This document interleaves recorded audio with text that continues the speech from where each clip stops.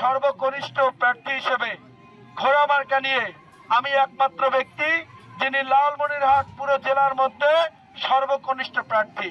মাত্র 32 বছরের একজন জওয়ান আপনাদের জন্যই মাঠে নেমেছি। হাতীবান্ধা পাটগ্রাম উপজেলার প্রতিটি মানুষের জন্য মাঠে নেমেছি।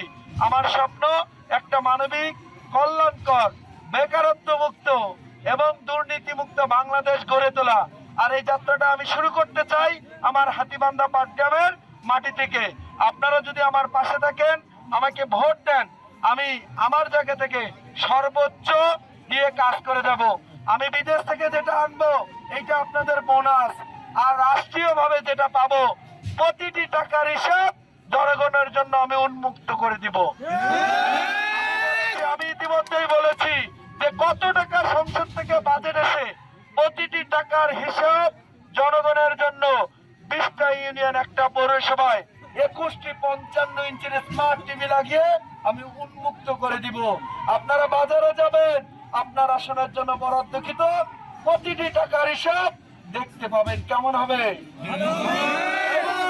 এবং এবং আপনাদের জন্য একটা মোবাইল অ্যাপ্লিকেশন আসতেছে, হাতীবান্ধা পাটগ্রামের বাজেট দেখি। কেমন হবে?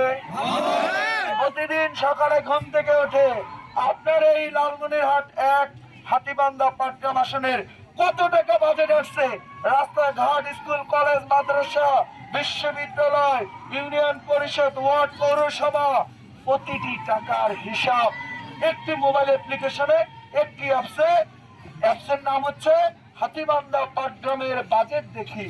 এখানে প্রতিটি টাকার হিসাব উন্মুক্ত করে দেব। অর্থ কি, আমি এমপি হয়ে 1 টাকা চুরি করে খাবো না, কাউকে খাইতে দেব না। এবং দেশের 349টা আরো এমপির আসন আছে না? আছে না? এমএলএ ফাটা কেষ্টর মতো কাপন ধরিয়ে দেওয়া হবে। হাতীবান্ধা পাটগ্রাম থেকে কথা দিয়ে গেলাম। প্রতিটি টাকার হিসাব জনগণের জন্য উন্মুক্ত করে দেব। দেশের অন্যান্য আসনের জনগণ কি ঘরে বসে থাকবে? দাদারা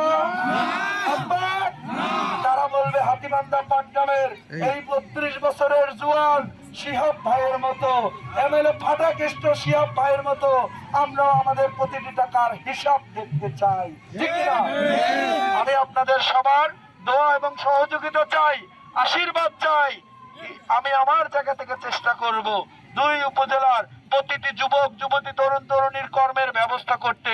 আমার ঘোষণা 2030-এর মধ্যে কমপক্ষে 10,000 কর্মক্ষেত্র আমি তৈরি করব। আমি যেটা বলি সেটা কিন্তু করি, আমি করে দেখাবো। বলে গেলাম, শিক্ষা, খাদ্য, বাসস্থান, চিকিৎসা, প্রতিটি মৌলিক অধিকার নিয়ে আমি কাজ করতে চাই এবং কাজ করে যাব। সবাই আমার জন্য দোয়া করবেন।